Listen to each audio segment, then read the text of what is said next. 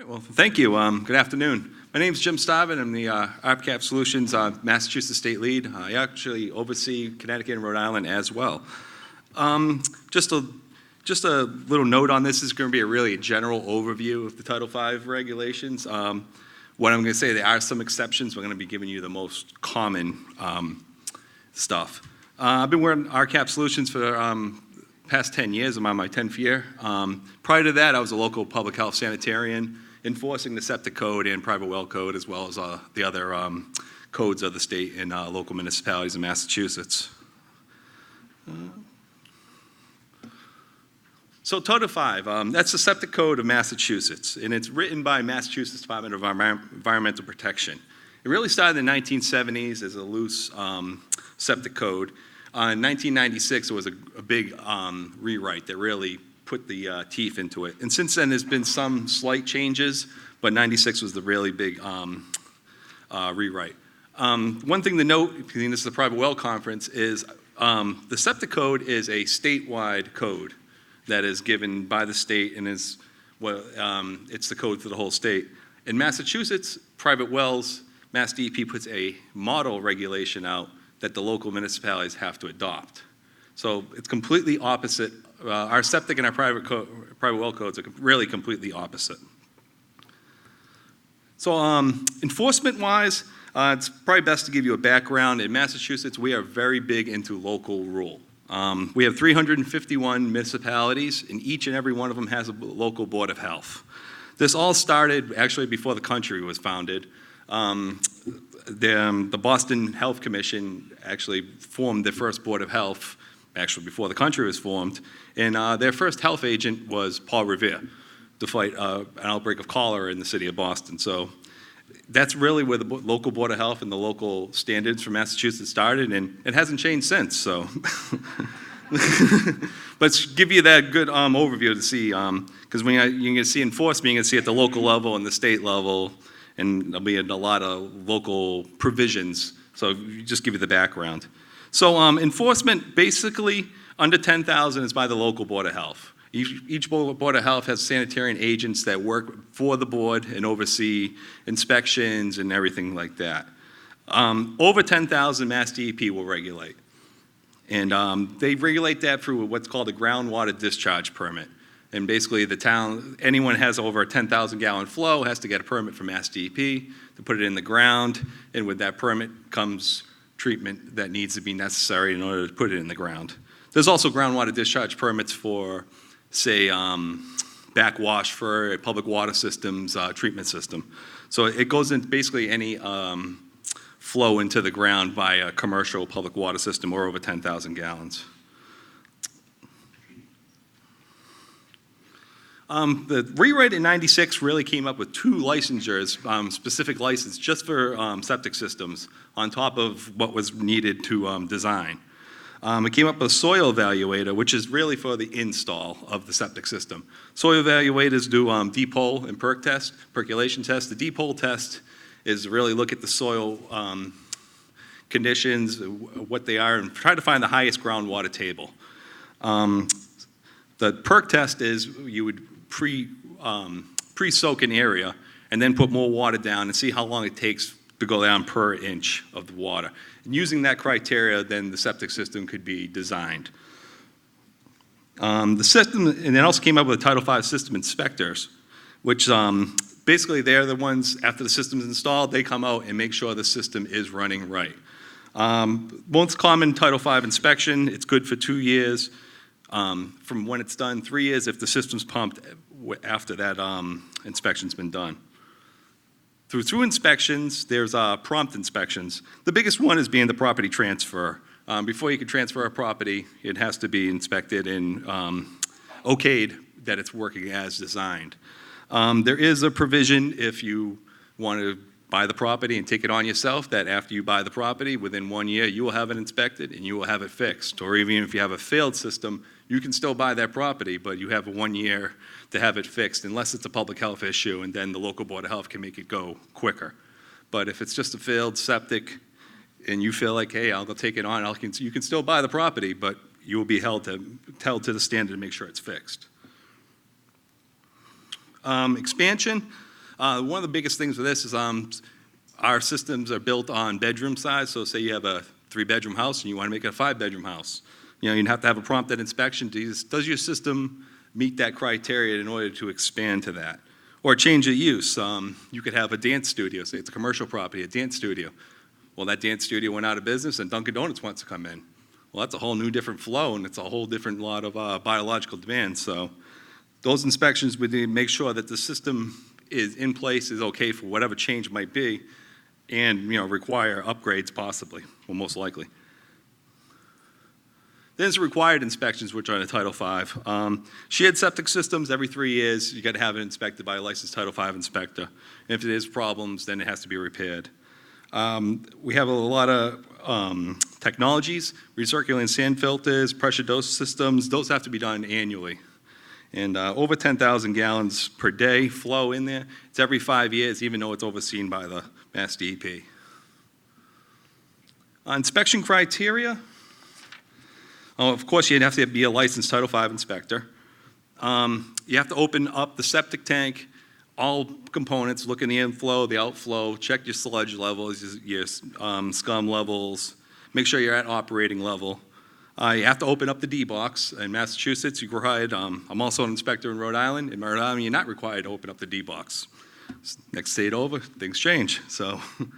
The form has to be submitted to the local Board of Health within 30 days, as well as given a copy to the owner and the buyer as well. And I mentioned this before, but it's good for 2 years, but if the system is pumped within that 2 years, it's good for 3 years. And that local control, some boards of health require a permit to do a Title V inspection, some don't. Some require that their agent has to come out there and witness it, some don't. There has been some fraud done that people, they'll say they're doing a septic inspection, and then the agent will go by and, well, the grass hasn't been touched. How did you look at the septic system? So there is an oversight to make sure they're doing the right thing. And becomes a licensure from the state of Massachusetts. If it's found that you've been in fraud, it can be taken away. Designers in Massachusetts, you can either be a professional engineer. We also have a state licensure for registered sanitarian. So if you're a Massachusetts registered sanitarian, not NEHA, but it's the same criteria, so just get the reciprocity. You can design up to a 10-bedroom flow. So it's kind of a good thing for registered sanitarians. Design criteria, really based on 110 gallons per day per bedroom or 55 gallons per person. 1,000-gallon septic tank is the minimum, even if it's a 2-bedroom house, and you need to have a 3-day flow holding capacity on it. So you can imagine as you go up more bedrooms, the larger septic system, the larger septic tank you need, the larger leach field you need. And also you're required in Massachusetts to have a D-box, unless it's like a pressure dose system or another system that just doesn't make sense. More on the design criteria. Bare minimum, it's 4 feet from the highest groundwater table ever, and that's when they do the deep hole test. You can find where the redox morphic features are. 4 feet from that up there is the state minimum. And it's 5 feet if it's under 2 inches, 2 minutes an inch perc. Also, we actually, when you make a new system, we actually cite a reserve system too. So you'll have your primary leach field that you'll be putting it in, but actually you will designate on the as-built plan another area which has already been identified, perked, in case that leach field goes down. We can just pipe right over to it. Yeah, I think that's it for that one. So just some of the setbacks. Reservoirs were 400 feet from the highest water table of the reservoir. Tributaries between 200 feet, and this is from the disposal area, and 100 feet from the vernal pools. Nitrogen sensitive areas, this is another criteria. These would be like zone 2s for public water systems. In zone 1, septic systems are not allowed whatsoever. But in zone 2s, they can be under certain criteria, nitrogen service areas. There's also designated areas, shellfish beds, other areas that be negatively implicated by a lot of nitrogen. So those have extra criteria, can be set at the local level. In nitrogen-sensitive areas, you're only allowed 440 gallons per day per acre. That's a 4-bedroom house, 1 acre. That's it. That's all it's allowed. 550 gallons if you're using innovative alternative technology. But again, five bedrooms, 5-bedroom house, 1 acre of land, that's all you can put on it.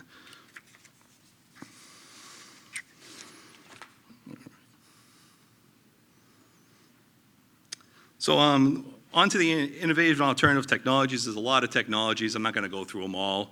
But in Massachusetts, they're all approved by Mass DEP, and there's 3 different levels of approval. There's piloted. That's basically you're in the infancy stage. You're kind of new to the state. We want you to, put some at test sites, put some at different locations throughout the state, and we're going to see how they go. Provisional is you've proven a lot, but you're not there yet. So once again, more testing, more sites. And then the general use is you're approved. And you're okay, you can be used at general time. Now, the one thing about the piloted to provisional is if you install one of these systems, it can be, and it doesn't work as they hope, it can be told to do it again. So you always want to go the higher up on the level, but at the same time, with all the different technologies and different uses and different land sizes, it's kind of a balancing act. IA technology, it is, all septic systems have a maintenance strategy, but this has a much larger maintenance strategy. Some even require grade 5 wastewater operators to come and make sure it's working properly, sometimes on a quarterly basis. They're more energy consuming. There's pumps, there's blowers, there's SCADA systems sometimes, so there's a lot more going on there than your gravity-fed septic system. So there's a lot more that can go wrong. Sampling. They're going to make you do at least quarterly sampling in some of these systems to make sure the effluent coming out is where your permit levels are. And reporting as well. The local Board of Health, Mass DEP needs to get reports on all these inspections, all these sampling. And they go over and make sure everything is running right. Little about the Massachusetts Alternative Septic System Center. This is it's a division of the Barnstable County Health District. It's on the Cape. This is really our test center for IA technologies, as well as in the ground use.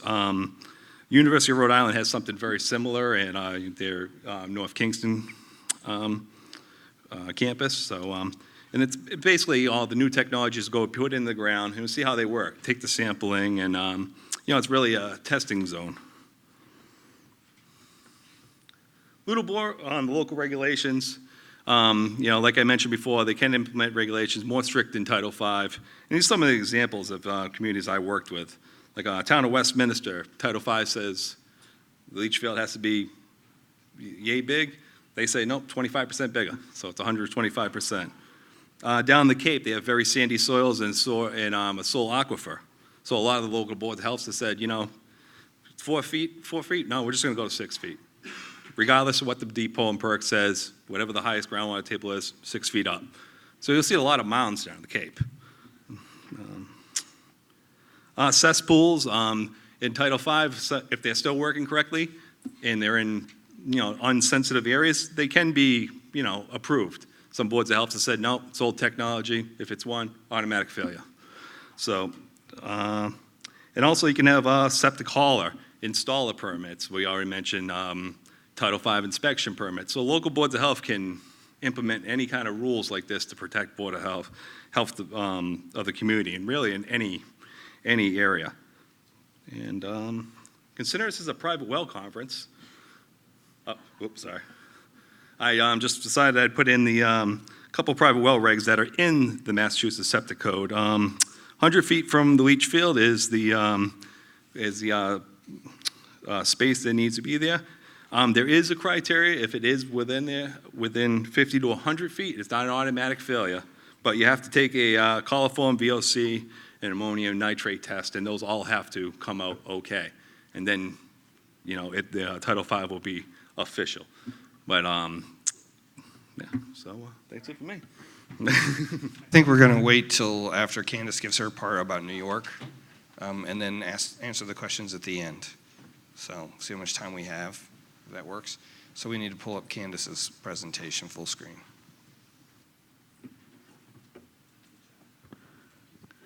Thank you, Jim. Yeah. Is anybody else getting really warm?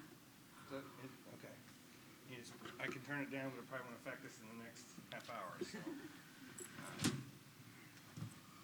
Hi, my name is Candace Balmer, and I'm the RCAP state lead for New York. And I'm located in eastern New York, but there's only 2 of us that cover the whole state, so we get around quite a bit.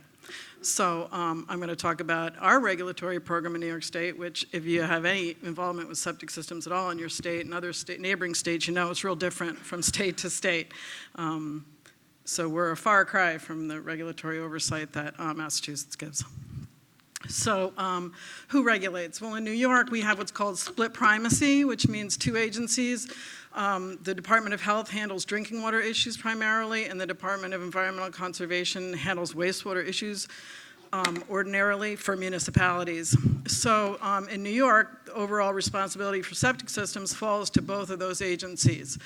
And for residential, it's mostly the Department of Health. But if there's not a local health department, if they don't have an on-site system program, regulations are actually enforced by the Department of State code enforcement officials, which is the municipal code enforcement official. Who regulates? That can get a little complicated in New York. This is a field structure of the Department of Health. We have regional offices, we have district offices, and if we don't have either, that's one of those areas where implementation of the program falls to the code enforcement officers. So DOH implements the code with respect to residential systems that have design flows less than 1,000 gallons per day. DEC regulates commercial systems and systems with over 1,000 gallons per day or greater. And sometimes the Department of Health, if they're in there, if it's over 10,000, if it's under 10,000 but over 1,000, the Department of Health might take that over if they're already in there. For example, if it's a restaurant or something like that, we're already there. They have a memorandum of agreement between the 2 agencies that says the Department of Health will regulate that. The regulation, the code, is Part 75 of the New York State Department of Health Administrative Rules and Regulations, which is 10 New York CCR, standards for individual water supply and individual sewage treatment. And the residential portion of that is called Appendix 75A, wastewater treatment standards for individual household systems. The code represents the minimum state standards, and local authorities can and often are, well not often are, but sometimes are more stringent, using local sanitary codes that have been approved by the state. So Appendix 75A, it governs new construction. It also governs certain upgrades. For example, if you're going to add a bedroom, if you are going to tear the house down and rebuild it, or if you're going to substantially increase your water usage. The state regulations cover new systems. There's no statewide regulations for existing or what we call legacy systems, pre-existing systems. They're recommendations only. And there is a wide variety of local regulations and policy, so the best thing to do if you're looking to upgrade or replace your system is to check with your local health department to determine how they're regulated in your area. And the guidance from the state is, well, try to get as close to 75A standards as you can, do the best you can with the conditions that you have. And if you've got an expansion to accommodate an actual or potential increase in occupancy, it shall be in accord with Appendix 75A regulations. So some other potential regulators that you might find in the state are the county health departments. Certainly there's a number of watershed groups. They all tend to be focused around not just drinking water supplies, but important recreational resources. That's where sometimes people get more involved. Coastal and park agencies, there's a variety of management districts and cooperatives, and of course municipalities may have their own more stringent regulations. The things that Appendix 75A covers are things like wastewater flow, design flow, soil and site appraisal, how to determine what kind of system you can put in and why, the house or the building sewer, septic tanks, and also what we call enhanced treatment units, or ETUs, which I'll be talking about in a minute in my next talk. Distribution devices like a distribution box or a pump chamber for pressure distribution. conventional subsurface treatment systems, and also alternative subsurface treatment systems. And finally, there is a process by which you can get a waiver for regulations in New York, but you have to apply to the health department and justify it, and there's a whole set of rules that you got to go by to do that. So daily design flow is based on fixture age in New York, gallons per day per bedroom. So if you have fixtures older than 1980, then your design flow is based on 150 gallons per day per bedroom. If you have fixtures older or newer than 1994, it's 110 gallons per day per bedroom. And if you're in between, it's 130 gallons per day per bedroom. Separation distances are based on individual components. So you're looking at the tank and the leach field and the house sewer, et cetera, and the separation distances are specified from wells, from surface waters, from dwellings, and from the property line for these different components. Minimum septic tanks, like Massachusetts, the smallest they can be is 1,000 gallons. And that would be it's based on bedrooms, so a 3-bedroom house would have to have 1,000 gallons with 27 square feet of liquid surface area, whereas if it was a 4-bedroom house, it would bump you up. You'd have to have at least a 1,250-gallon tank with 34 square feet of surface area.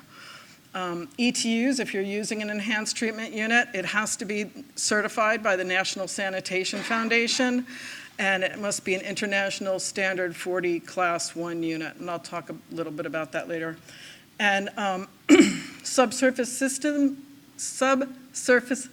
design, the trench length, the length of your laterals, and the depth of the soil is based on percolation rate and daily flow. So where the private well program meets the septic system regulations specifically is this new requirement, this 50-50 rule.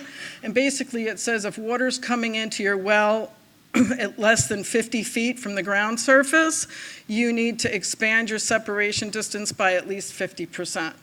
If you don't have the room to do that, you're supposed to take the best additional measures that you can do, and that might mean using a deeper casing or enhancing your grouting, redirecting runoff away from your well, relocating or removing the potential contamination source, which of course you can imagine on a small lot where you're going to put your system, and ultimately maybe a hydrologic evaluation and some kind of a treatment or disinfection. So the site investigation, the system has to be above the 10-year flood level. Slopes have to be less than 15%. The perk rate of the soil has to be slower than 1 minute per inch. You have to meet separation distances. And you're supposed to set aside an additional 50% in your absorption field for expansion if you can do it, if it's possible to do that. The soil investigation is used to determine the highest groundwater level, the depth to the seasonal high groundwater level, and the type of water table, perched, apparent, or artesian. You need at least 4 feet of usable soil over impermeable deposits like clay or bedrock, and that highest groundwater level has to be at least 2 feet below the proposed trench bottom, which is, I don't know what your states require, but that's a little lower than some other states.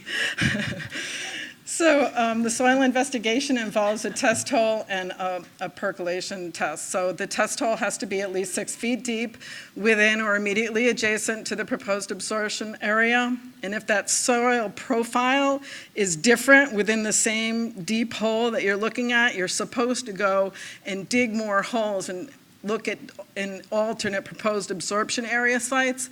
Realistically, I wonder how much that actually gets done, but you also can conduct a soil texture evaluation using the USDA soil texture classification graph, that triangular USDA soil chart there. Estimate soil type by feeling the ribbon test, and what you're trying to do is not have too much sand or too much clay. So if you have a lot of sand and you try to make a ribbon out of your soil, it's just going to crumble. And if you have a lot of clay, you can make kind of an unending ribbon, which you don't want either. So you can also determine that percent of sand, soil, and clay in the lab. The Perc test, you need at least 2 perc holes in the proposed absorption area, and the depth is based on the type of the proposed absorption system that you're thinking you're going to need to put in there, because that bottom of the perc hole has to be at the same level as the proposed bottom of your trench, depending on the system that you're planning to put in. And they use the slowest Perc Test results are used to design the absorption system, but the design professional has overall responsibility for the results, but the Perc Test can be done by other people like surveyors or sanitarians or soil scientists or technicians or installers. But the rubber hits the road with that design professional. And what do we mean by design professional? That licensed design professional is generally a licensed engineer or architect. My background, I'm an environmental engineer, and we never heard the word septic system when we were in school. So, they figure, well, if you can design a big plant, you can design a septic system. Well, I've spent a lot of time with the New York On-Site Wastewater Treatment Training Network, and I think training is a really great idea, even for people with professional engineering backgrounds. But that licensed design professional is required if you're doing new construction. Again, that additional bedroom, significantly increased flow. If you're relocating or putting in a new absorption system or extending your absorption system, or if you're using an alternative system or innovative design or technology, but they're not required if you're doing repair or replacement in kind. In other words, if you're taking out a tank and you're putting in a tank the same size, if you're fixing your absorption system with exactly what you had in there before, you don't need that licensed design professional. The specific waivers are allowed at the discretion of the health department or the local sanitary code that's approved by the health department, and the typical reasons are that septic separation distances can't be met, or the design or the technology is not addressed in the regulations in 75A. Finally, the guidance document. Hold that up, Jim, would you? The Green Book. So guidance in interpreting the regulations is provided in that publication, Individual Residential Wastewater Treatment Systems Design Handbook, or the Green Book, only because it used to be red, and then when they redid it, they made it green, so now it's the Green Book. So just a quick review. Split primacy, DOH and DEC. Residential systems under 1,000 are handled by Department of Health, as are DOH permitted facilities. The regulations are the 75A and the design handbook for residential systems. You could have more stringent county codes, and you could certainly have more stringent local codes, watershed regulations, or special regulations, for example, the Adirondack Park Association regulations. Phew. Is that quicker than 15 minutes? That was pretty. That was pretty quick. All right. So we do have some questions, and Candace is the next speaker, so we're going to go through some of these because they're for both of you. And I'm not sure. The one problem with Slido here is I'm not sure which ones go where. Except the first one says, "What is Zone 1 versus Zone 2?" and it just disappeared on me. But that was for you. There it is. Mention the nitrogen-sensitive area slide. Here, you can take this, and you can stay there. Sure. A Zone 1 is the protective area around a public water system well, or even a private well. We like to call it a Zone 1 around the 100 feet in all directions. The Zone 2 is the interim well protection area. That would be the nitrogen-sensitive area. So the Zone 1, basically, you can't put anything in there. You really no fuel storage, no septic systems, no anything. The Zone 2 is when you can do some stuff, but it's still issues that you want to protect the area. So there's some stuff you can't do, if you will. Okay, so the second question is also for you. We've heard from customers in Massachusetts that their regulations are among the strictest in the nation. Would you agree with that assessment, and they agree they're necessary? I would agree they're up there. State of Rhode Island is pretty tough too. I would say they're necessary, yeah. I mean, a lot of builders don't like them, but I've seen a lot of water quality. I've actually worked with a public water system which actually had a septic system in the Zone 1. And I saw a failed septic system actually bring the nitrate up to about 29. During that time, we were testing for bacteria weekly. Never had a coliform hit, ever. But the nitrate went all the way up to 29, do not drink water, you name it. Once the system was fixed and just brought back to what it should have been because it was installed improperly. It went back down to 2. And so And that was the public water supply? the public water supply and the septic system was actually 175 feet from the well. So still at 175 feet, you were getting almost 3 times the nitrate drinking water standard in. But like I said, no bacteria ever made it to the well. Okay, so the next question is who licensed, ooh, keep changing on No. Everybody keep their finger off their phones, please. Do any of the ordinances, I'm joking. Who licensed certified inspectors? You done that already? In Massachusetts, Not from New it's York. Mass DEP does. The inspectors, they have to go through a day class as well as pass the test, and the CEUs every 3 years, they have to maintain 10 CEUs to renew their licenses. In New York, there aren't certified inspectors. In fact, I'm a charter member from 1997 in the New York On-Site Wastewater Treatment Training Network, and that network came together to address the fact that the only licensed professionals required in the industry was the designers, and even that was pretty poorly enforced at that time. And so the On-Site Wastewater Network, or the OTN, provides a training of inspectors, and I was so interested at the earlier presentation about certification because we don't certify inspectors. They take our training course and they get a registration number, and we track the registration number in the year they received it. So they're registered, they took the course, but they're not certified. They took the course. Okay, so we need to move on. And so again, we'll get these questions to these guys and we'll make them available to everybody afterward. And so thank you both. And we're going to move on to the next presentation.